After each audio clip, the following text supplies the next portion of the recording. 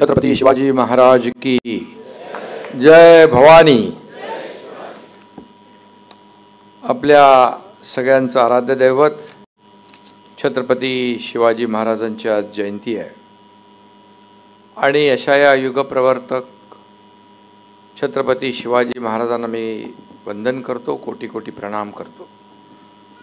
आणि आज शिवजयंतीच्या मुहूर्तावर आज किती 21,399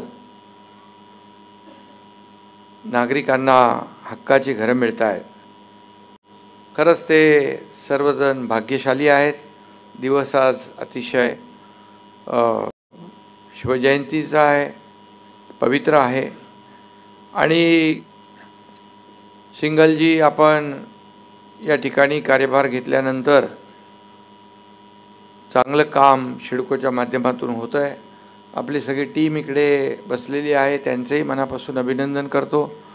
तुमचं नाव सिंगल असलं तरीसुद्धा कामाचा वेग डबल आहे, त्यामुळे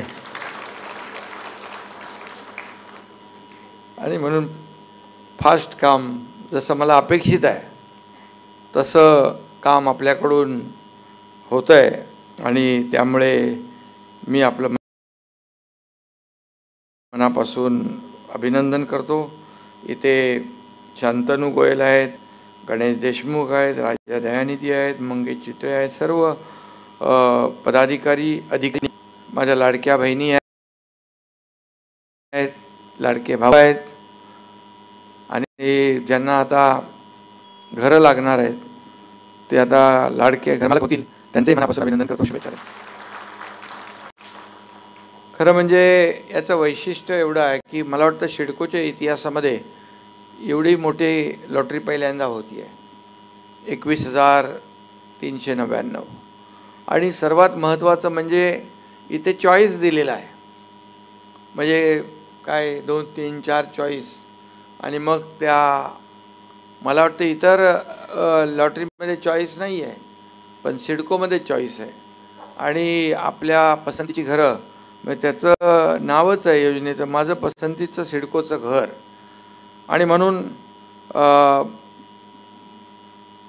आपल्याला आजच्या दिवशी शुभेच्छा देत असताना जवळपास 1.5 लाख लोकांनी अर्ज केले। मी मगाशी विचारत होतो, 1.5 लाख लोकांनी अर्ज केले, 60,000 लोकांनी ते पैसे भरले आणि त्याच्यातले 21,000 लोकांना ही घरं आज मिळत आहेत। आणि त्यामुळे आदरणीय देशाचे प्रधानमंत्री मोदीजी यांनी सर्वांसाठी घरं यातला एक मोठा भाग आपला आज या ठिकाणी होतोय आणि एवढी घरं देण्याचा एक प्रकारचा रेकॉर्डच आहे। मला वाटतं 2015 मध्ये आपण 15,000 घरांची सोडत काढली होती आणि त्यानंतर म्हणजे सिडकोचा तुमचा रेकॉर्ड हा म्हणजे तुमचा रेकॉर्ड तुम्ही मोडलाच, महाराष्ट्राचा पण मोडला, चांगला आहे। आणि आणखी पुढे विक्रमावर विक्रम करत जा। शेवटी आमचा उद्देशच काय आहे, सर्वसामान्यांना परवडणारी घरं मिळाली पाहिजे। सर्वसामान्यांचं सरकार आम्ही म्हणतो, मग सर्वसामान्यांच्या जीवनामध्ये बदल झाला पाहिजे, त्यांचं जीवनमान उंचावलं पाहिजे, त्यांना चांगली हक्काची घरं मिळाली पाहिजे, क्वालिटीची घरं मिळाली पाहिजे। घर हे प्रत्येकाचं स्वप्न असतं आणि ते पूर्ण करण्याचं काम आपलं सरकार करतं आहे। सिडको आहे, म्हाडा आहे, अनेक आपल्या ज्या संस्था आहेत त्यामधून बरं याच्यामध्ये काही रिझर्वेशन पण आपण ठेवलेले आहेत। पत्रकार मंडळी इकडे आहे, त्या पत्रकारांना पण मला वाटतं लॉटरी लागेल। मी ठाण्याला लॉटरी काढली म्हाडाची, 10-12 पत्रकार तिथलेच सभागृहातलेच वरती आले, त्यांना लॉटरी लागली म्हणून। त्यामुळे म्हणजे काय मॅच फिक्सिंग नव्हतं तिथे ट्रान्सपरन्सीच आहे तिकडे पण, आणि इकडे पण ट्रान्सपरन्सी आहे। कारण शेवटी पारदर्शकता, मला काही लोक म्हणतात मुख्यमंत्री असताना म्हणायचे, साहेब घर घ्यायचं आहे, म्हाडाचं घर मिळालं पाहिजे, सिडकोचं मिळालं पाहिजे, काय होईल का? म्हणजे काय होईल म्हणजे काय नाही, म्हणजे मला मिळेल का घर? बोले तू तिकडे नंबर लावला आहे का? बोले नंबर नाही लावला आहे। बोलं कधीच मिळणार नाही। मुख्यमंत्री असू दे नाही तर उपमुख्यमंत्री कोणी असला तरी त्या सिस्टीममध्ये जाऊन त्याला त्या सगळ्या सिस्टीममध्ये जाऊनच घर मिळणार, याच्यामध्ये एवढी पारदर्शकता आपण ठेवलेली आहे। आणि ही घरं देखील बघा, खारघर, पनवेल, तळोजा, बामणडोंगरी, म्हणजे रेल्वे स्टेशन जवळ आहेत, एअरपोर्ट जवळ आहे. म्हणजे अगदी आमचं, मी नगरविकास मंत्री सुरुवातीला होतो त्यावेळेस UDCPR आम्ही केला आणि माझी संकल्पना होती की वॉक टू वर्क झालं पाहिजे. म्हणजे रेल्वे स्टेशनच्या वर घरं, बस स्टेशनच्या वर घरं, टर्मिनसच्या वर घरं. म्हणजे घरातून उतरलं, गाडी पकडली, मग त्याला दुसरी कुठली गाडी पकडायची, टॅक्सी पकडायची, रिक्षा पकडायची, स्कूटर पकडायची गरज नाही. आणि त्यामुळे ती संकल्पना जी आहे TOD आपण पॉलिसी लागू केली आणि त्याचा चांगला फायदा या ठिकाणी होतो आहे. आणि म्हणून नवी मुंबई वेगाने त्याचं अर्बनायझेशन होतं आहे. त्यामुळे आपल्याला मोठ्या प्रमाणावर डिमांड जास्त आहे, त्यामुळे सप्लाय देखील आपल्याला वाढवावा लागेल. मी एकदा गेलो होतो तिकडे, घरं बघितली मी त्यावेळेस. टाटा, L&T, शापूरजी आणि शिर्के या सर्व लोकांची घरं पाहिली मी. अतिशय उत्तम आणि क्वालिटी घरं सिडकोची बांधली जातात आणि त्यामुळे क्वालिटीच्याबद्दल तर आपण कधीच कॉम्प्रोमाइज करत नाही. या नव्या मुंबईचा जो झपाट्याने विकास होतो, आज आता MTHL आपण केला, अटल सेतू. आता मुंबईतून नव्या मुंबईत जायला असं वळून जायला लागायचं, 1-1.5 तास लागायचं. आता 20 मिनिटामध्ये मुंबईतला माणूस नव्या मुंबईत, नव्या मुंबईतला माणूस मुंबईमध्ये. आता आम्ही आणखी एक प्रकल्प करतो आहे, ठाणे टू एअरपोर्ट एक डेडिकेटेड कॉरिडॉर करतो आहे. आणि त्याचबरोबर मुंबई एअरपोर्ट ते नवी मुंबई एअरपोर्ट डायरेक्ट मेट्रोनी जोडतो आहे. म्हणजे मुंबईतला माणूस डायरेक्ट थेट मेट्रोनी नव्या मुंबईत येणार.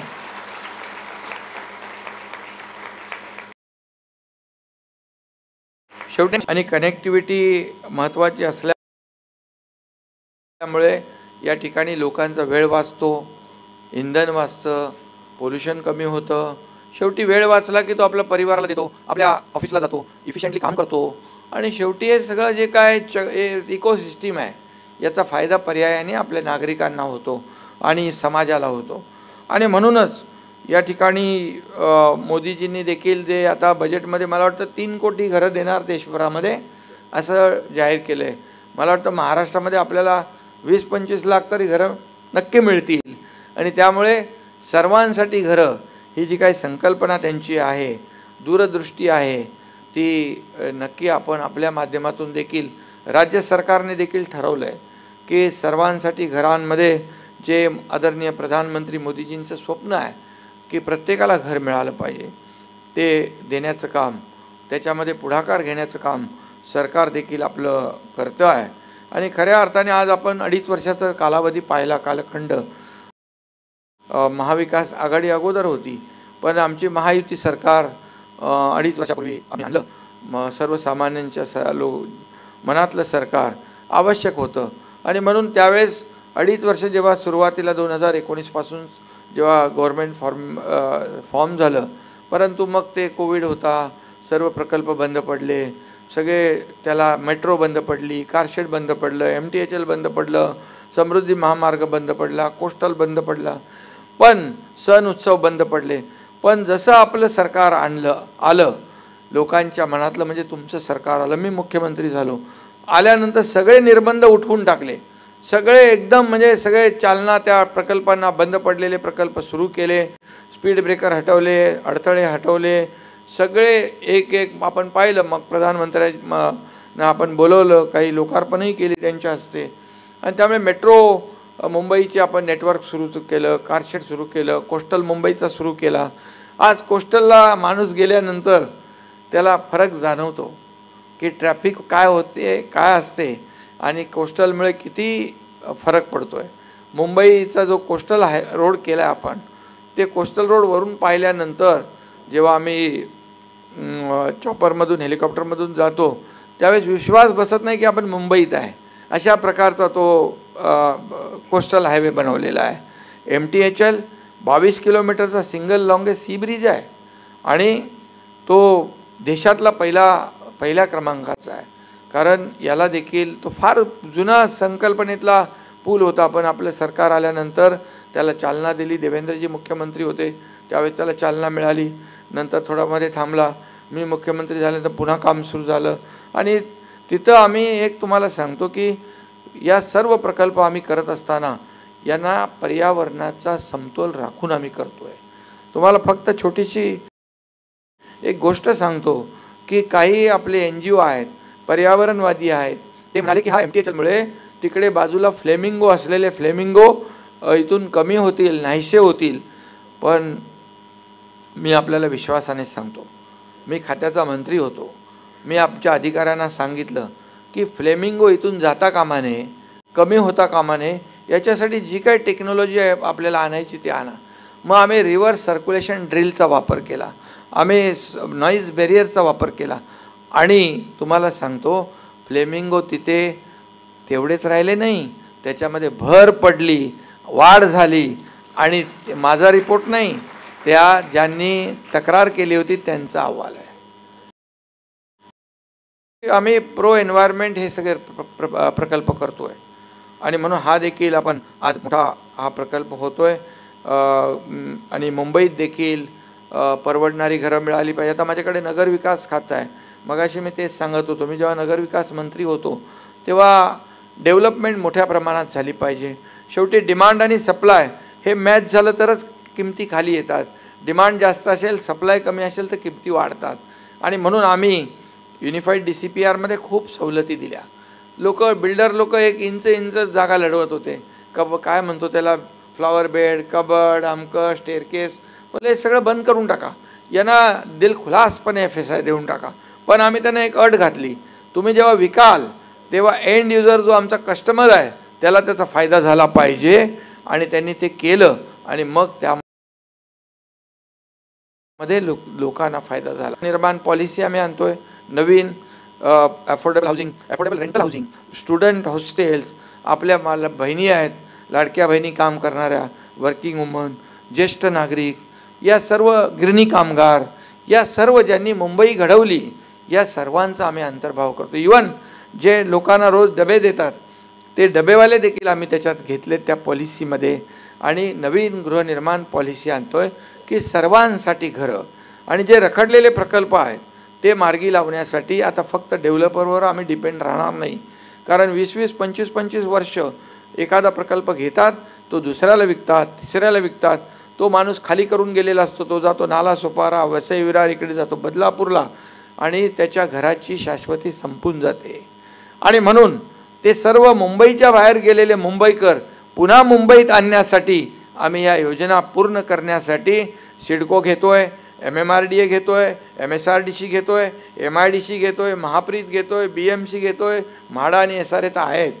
त्या सर्व एजन्सींना एकत्र करून जे रखडलेले प्रकल्प आहेत ते त्यांना वाटून देऊन, बाबा हे प्रकल्प तुम्ही लवकर तयार करा आणि जे लोक ज्यांना भाडं मिळत नाही त्यांना भाडंही द्या. त्यामुळे अशा योजना ज्या आहेत, सर्वसामान्यांनी जी आशा सोडली आहे की आम्हाला घर मिळेल की नाही, पण या पॉलिसीमुळे सर्वांना हक्काचं घर या मुंबईमध्ये, नव्या मुंबईमध्ये मिळाल्याशिवाय राहणार नाही. कारण नवी मुंबई देखील आता अटल सेतूमुळे आता एवढी म्हणजे प्रचंड वेगवान प्रगती तिकडे होईल. एअरपोर्टमुळे तुम्हाला लागून मुंबई पुणे एक्सप्रेस हायवे आहे. त्यामुळे आता नवी मुंबई बरं कॉम्पीट करू लागलेली आहे. मला वाटतं नवी मुंबई असं म्हणेल, मुंबई से हम भी कुछ कम नहीं है. आणि त्यामुळे नव्या मुंबईतली घरं जी आहेत ती खूप मोठ्या प्रमाणावर तुमच्याकडे, खूप मोठ्या प्रमाणावर तिथे नैना आहे, तिथं त्याचं डेव्हलपमेंट आहे, सिडकोचं डेव्हलपमेंट आहे. खरं म्हणजे नवी मुंबई देखील प्लॅन सिटी म्हणून सिडकोने केली. शेवटी एखादं शहर तयार होतं पण ते नियोजनबद्ध असलं पाहिजे. आता काही शहरं अशी आहेत, काल बघा TV मध्ये बातम्या चालल्या होत्या डोंबिवलीच्या, काही घरं आहेत त्यांना खोटी कागदपत्र बनवून दिली, लोनही मिळालं, रेरामध्ये गेले, तिथेही त्यांचं रजिस्ट्रेशन झालं आणि आता त्यांना अडचण झाली. पण सरकार जे आहे सर्वसामान्यांना मदत करणार आहे, त्यांच्या पाठीशी सरकार उभं राहील, त्यांनाही बेघर करणार नाही. आणि म्हणून आम्ही क्लस्टर योजना जी आखली, या क्लस्टरमध्ये आम्ही त्यांना घेऊ. आणि क्लस्टरमध्ये आपल्याला सांगतो, क्लस्टरमध्ये आज समूह विकास म्हणजे एक स्टँड अलोन बिल्डिंग उभी केली तर त्याला काय मिळणार, जागा, ओपन स्पेस नाही, गार्डन नाही, काही नाही. कुठे बांधणार का, टेरेसवर गार्डन बांधणार. तर त्यांना एकत्र क्लस्टरमध्ये आम्ही घेतल्यामुळे त्यांना ओपन स्पेस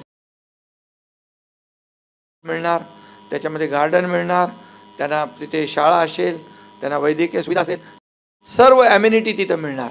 आणि म्हणून क्लस्टर जे आहे मुंबईमध्ये, ठाण्यामध्ये सुरू झालं, तुमच्या नव्या मुंबईत देखील होईल. आणि मोठ्या प्रमाणावर क्लस्टरच्या माध्यमातून रखडलेले प्रकल्प जे आहेत याला चालना मिळेल आणि प्रत्येकाला घर मिळणार त्याच्यामध्ये. शेवटी घरं जास्त झाली की लोकांना घरं म्हणजे सप्लाय जास्त झाला, मोठ्या प्रमाणावर घरांची निर्मिती झाली तर खऱ्या अर्थाने सर्वसामान्य माणसाचं जे स्वप्न आहे परवडणाऱ्या किमतीमध्ये घर मिळालं पाहिजे ते नक्की मिळेल. आणि म्हणून आपल्याला मी एवढंच सांगतो, 2.5 वर्षात आम्ही जे काम केलं, ज्या योजना केल्या, मगाशी कोणीतरी सांगितलं, एकीकडे विकास प्रकल्पांना चालना दिली, दुसरीकडे लोकाभिमुख कल्याणकारी योजना केल्या, या दोन्हीचं सांगड आम्ही घातली.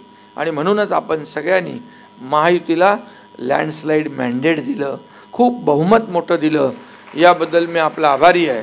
आणि मी तेव्हा CM म्हणून काम केलं आणि मला लोक म्हणायचे CM म्हणजे चीफ मिनिस्टर, मी म्हणायचो CM म्हणजे कॉमन मॅन, CM म्हणजे कॉमन मॅन. कारण आमच्या आयुष्यामध्ये एवढंच आहे की या कॉमन मॅनला सुपरमॅन बनवायचं आहे.